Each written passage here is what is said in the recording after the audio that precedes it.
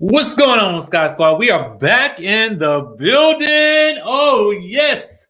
The day after Labor Day, y'all. The day after Labor Day. I was actually going to go live for this video, but then I was like, when I was getting in from the gym, I saw the landscaping people outside. I said, no, y'all won't do it to me today because they'll start the mowing while I'm trying to do a video, and we ain't got time for that. But anyway, we got a couple of things that we got to talk about today. The Salt Lake City taglines are out right now, so we're going to do a little discussorization on that, okay? We also got to talk about Bravo releasing the first 2 minutes of that episode of the premiere of The Real Housewives of Salt Lake City. And I'm just going to give you a couple of little details, but let me tell y'all something. It is gripping. It is chilling. It is some good TV, y'all. And then we got to talk about something very interesting. Gizelle and Candiace are giving a warning to Wendy about Karen. So we're going to get into that at the very end, but make sure you guys stick around for that. Before we get into all that stuff, make sure you guys subscribe to the channel, hit that notification bell button, and join the texting community so I can text you as soon as a new video drops. With that out of the way, let's get down to the get down, okay? Shout out to our friends over at the Real Housewives franchise for catching these taglines as they have been revealed. And of course, you know, I always talk about the importance of the bookends, right? You know, I always look at taglines like a runway show, right? And so if you guys don't know about a runway show, if you ain't had no stint in modeling or ever watched a fashion show or seen shows about fashion shows, you will know that typically your fashion show is bookended by top tier talent or people that make headlines, or the two people in this case that the franchise relies on most for their lead characters. You know, with Potomac, it is Gizelle and it is Karen. So you're going to have either Gizelle going first and Karen going last, or you're going to have them flip-flop. You know, one of the two will go first or one of the two will go last. So with Salt Lake City, it's interesting because we know who they are. They are Jen Shah and Heather. So we're going to get into these taglines and we're going to see how they pan out, okay? So this first one goes from Jen Shah, and she says this: the only thing I'm guilty of is being Shaw-mazing, okay? Now that's how she said in the teaser, okay? I'm just letting you know that now. And I'm going to give you a link where you guys can actually go watch this later, but you know, for right now, just get into it with me, okay? Now she says the only thing she's guilty of is being Shaw-mazing. So basically she's saying she ain't guilty of the stuff that basically, you know, the government is, you know, charging her with. I don't know if you guys believe that or not, but on with the show. We got another one from Whitney who says, in a town of beauties and beasts, there's only one wild rose. That's given a nod to her name on Instagram. Also, I believe she is changing her beauty brand name from Iris and Bow to Wild Rose. So I like it. It's a play on, you know, her Instagram name and all that kind of stuff like that. I'm not sure who the beast is. So Lisa says this: you don't have to like me. I love myself enough for the both of us. Okay. I like this. This is cute. You know what I'm saying? It's kind of, you know, a little bit cocky, but I think it also suits her personality, which is very business focused, right? We have another one here from our newbie, Jenny. She says, I have plenty of everything, including opinions. I'm not mad. You know what? Honestly, as we go through these, I'm not really mad at any of them. They're all kind of interesting and unique, and I think will be unique to their personalities.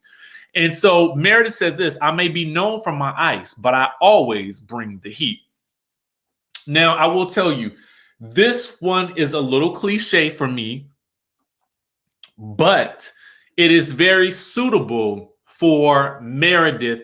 And I think what you guys will see from her in the season premiere. Trust, wait to the end. So then we have Mary, who says, if you come for me, I will send Jesus after you. Okay. Oh, Mary had a little old lamb. I like it. I like it, Mary. You and Jesus. Okay. I get it, girl. Then we got another one here from Heather, who is last, who says, I was raised a Mormon, but now I'm raising a glass of champagne. I think that this is fitting for the end. It's kind of a nice little bookend. It's not the most powerful out of the bunch, but I do think it's cool. My favorites have to be, I will tell you, Mary sends me through the roof with this one. I will come for you. If you come for me, I will send Jesus after you. And then I feel like I'm loving, now, Lisa is one of my favorites anyway, so it's not that hard for me to choose this one, but I also kind of like it. You don't have to like me. I love myself enough for the both of us. So let me know down in the chatterization what you guys think is the best tagline, and I will definitely like to see what you guys have to say. Okay, now with that out of the way, we also got to talk about the first 2 minutes. Bravo has released a teaser on their website. Now, what you guys have to do is you have to sign up for the Bravo Insider. So what you guys can see here that you will see in the first 2 minutes, and I'm hyping this up because I really want you guys to watch this season because it is going to be juicy, okay? If you think the stuff with Erica is juicy, I can't wait for you guys to see the stuff playing out with Jen Shah, because in this 2-minute clip right here, you will see the exact moment that Jen Shah was alerted by someone who I am assuming could have been her husband, because she says, hi, baby. And she says that she's at Beauty Lab. She's on the bus. All the ladies are getting on the bus to head off for their cast trip. I guess this may be the first cast trip of the season.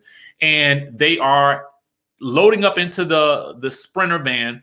Mary and Meredith are getting to wherever destination they're going separately. So they're not on board the Sprinter van, but everybody else is. Jen gets the phone call, and basically she tells Whitney, take off my mic.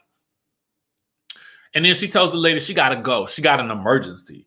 So then you see her boot scooting, boogieing off, and then you see the police coming up, okay? The police comes up to Beauty Lab, and then the girls are asking, well, how did they know to come to Beauty Lab? I mean, anybody could have told them that. You know what I'm saying? Somebody from production. It don't mean that somebody from the cast necessarily did it, but they start speculating about who it might have been. And as we see from the trailer, they're going to assume it's Meredith for whatever reason. It looks like from what I'm seeing, okay? Then we get into more of the preview with them catching her at the courthouse, okay? Then we also get some footage of, producers asking, well, how did they know where she was? Do you know who tipped them off? And the girls are kind of like, antsy about it. They're also talking about, Jenny is asking Lisa if she has business with Jen Shah. They're basically saying they don't really know who she is. It's all types of interesting. So please definitely sign up for the Bravo Insider, or just check out one of the sites online. I believe the Real Housewives franchise has the whole thing up there. But honestly, you guys can just get this for yourselves. And it usually is emailed directly to your inbox when you sign up for the mailing list. So definitely check that out. We will be covering that here on this channel. The next thing that we want to talk about is this, okay? Now, a lot of stuff going on BravoTV.com today, okay, and yesterday. And let's see here. Let me get into this next.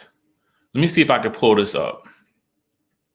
We got pretty much GIZELLE and Candiace, who are warning Wendy Acefo about your girl Karen Huger. Now, in this clip, it is a clip of the after show. And I typically like to talk about the after show the day after my review of the episode, because it's so much information out there, especially during the second half of a season, because that's typically when the after show comes out. But it's so interesting because you see Wendy talk about how her and Karen got so close. Now, she is basically indicating that they became close specifically around the time that they all went to Williamsburg, because Karen really had her back and was a shoulder for her to cry on. Candiace basically tells her, listen, girl, I have been where you have been with Karen, and I'm on the other end of it. I have read this chapter in the book, and I know how it ends. And she basically warns Wendy that Karen is only for Karen, okay? And that Karen sees an opportunity to bring somebody in under her wing, because they share a common enemy, which is Gizelle. So Candiace warns her, I can receive love from Karen, but you know, I understand who she is. Basically, that's what Candiace is saying to her in this little because they're talking to each other in their after show moment. But then Gizelle, on the other hand, she gives kind of a message to Wendy via the show. She says that Karen is only your friend and riding hard for you because it has everything to do with you disliking me. So if you dislike me, then Karen is going to be your bosom buddy. That's what Gizelle is saying. And Robin even chimes in, pretty much calling Karen a joke and that she can't take anything that Karen says seriously. Now, this was something that I thought was interesting and unique because we had not really had much of an opportunity to talk about this, except for the fact that we knew that Wendy and Karen had become closer. And we really were not given a lot of context for how that relationship began. We got a flashback of them having a conversation and a come to Jesus, but we never really got the full entire conversation. And I don't know why that is. We as fans need to know, because as Gizelle said last season, Wendy and Karen could not stand each other. So how is it that this season they've become so much closer, specifically in the beginning? And I'm talking about in the episodes before Williamsburg. Now, when we get to Williamsburg, I can understand because I could see what Wendy was going through and I could see how Karen was being there for her. But before that, we didn't really have a general sense of why that was, why they were becoming so cool, because that's why Candiace put Wendy in the house with Karen, because she said they were now newly bosom buddies. I'm paraphrasing, but y'all know what I'm talking about. Now, the other thing is, too, what we haven't had a chance to see is, and this hasn't really come up much, although we can clearly see it. But do you guys think that Karen is backing Wendy to really get at Gizelle? Or do you think she's genuinely interested in helping a sister out because she saw how, hurt she was by the things that Gizelle and Robin had said to her about her, specifically insinuating that she didn't have substance, as well as, Robin calling her loose or seeming loose. And then with everything coming out about the Eddie Acefo rumors that Gizelle had brought to the show about four or five times. Okay. Let me know what you guys think in the comment section down below. Again, this is something that we hadn't really touched on, and because there's usually so much happening in every episode, and that's to the credit of the ladies and to production. So you have to hand it to the ladies, whether you like them or not. They are bringing the drama this season, which we all love. But at the end of the day, this was a specific aspect that I had not had a chance to touch on to ask you guys your opinions about.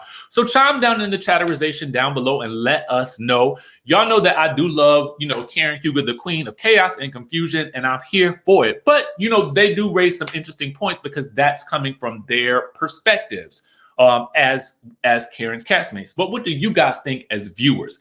Let a brother know down in the comment section down below.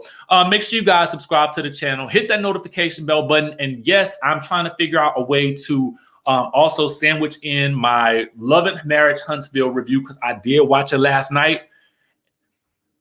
And I got a lot to say, okay? But I may have to try to do it before these landscaping people, come and mess with my whole day. You know what I'm saying? Because it ain't nothing like trying to film and you got a whole lawnmower blowing outside, and that gets annoying. But the grass got to be mowed, okay? The grass got to be mowed. Now, with that being said, make sure you guys hit that subscribe button, hit that notification bell button, join the Texan community, and you know what I always say, I'm going to catch you in the next video.